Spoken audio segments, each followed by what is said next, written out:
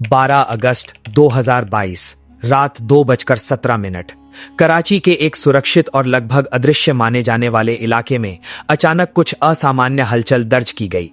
सन्नाटे से भरी उस रात में कुछ गाड़ियों की आवाजें, बंद खिड़कियों के पीछे हल्की रोशनी और तेजी से बदलते सुरक्षा पैटर्न ने एक ऐसे नाम को फिर से जिंदा कर दिया जिसे दुनिया ने कई बार मर चुका मान लिया था। दाऊद इब्राहिम। दशकों से छाया में जी रहा ये चेहरा एक बार फिर सवालों के घेरे में था। क्या वो वाकई जिंदा है या ये सिर्फ एक ऐसा भ्रम है जिसे जानबूझकर बनाए रखा गया है? 1993 मुंबई। धमाकों की गूंज ने पूरे देश को हिला दिया था।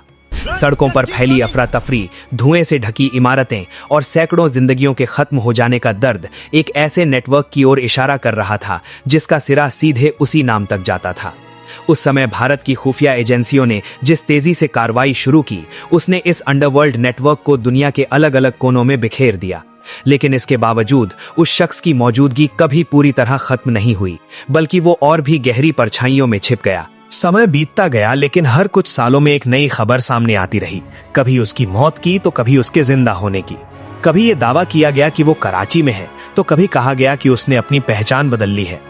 भारतीय खुफिया एजेंसियों के कुछ सूत्रों ने बार बार ये संकेत दिए कि वो अब भी सक्रिय है और उसके नेटवर्क की पकड़ पहले जितनी मजबूत नहीं सही, लेकिन पूरी तरह खत्म भी नहीं हुई। इन सब के बीच अजीत डोभाल जैसे अनुभवी अधिकारी लगातार इस छाया युद्ध को समझने और खत्म करने की रणनीति पर काम करते रहे। दूसरी ओर पाकिस्तान की ओर से हमेशा एक ही जवाब सामने आया, ऐसा कोई व्यक्ति उनके देश में मौजूद नहीं है।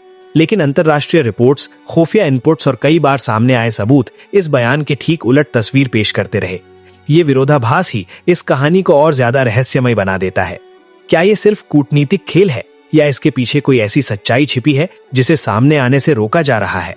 डिजिटल युग में जहां हर जानकारी कुछ ही सेकंड में दुनिया भर में फैल जाती है, वहां इस एक शख्स की असली स्थिति का पता ना चल पाना अपने आप में एक बड़ा सवाल है। कुछ रिपोर्ट्स में यह भी कहा गया कि वो गंभीर बीमारियों से जूझ रहा है, जबकि कुछ में यह दावा किया गया कि वो अब भी अपने नेटवर्क को दूर से नियंत्रित कर रहा है।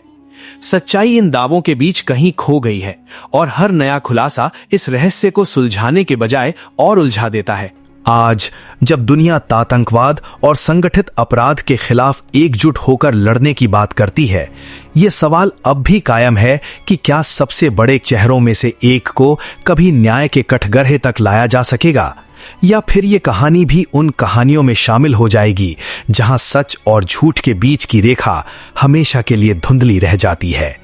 क्योंकि कुछ नाम सिर्फ इंसान नहीं होते, वे एक ऐसा साया बन जाते हैं जो समय के साथ फीका तो पड़ता है, लेकिन कभी पूरी तरह गायब नहीं होता।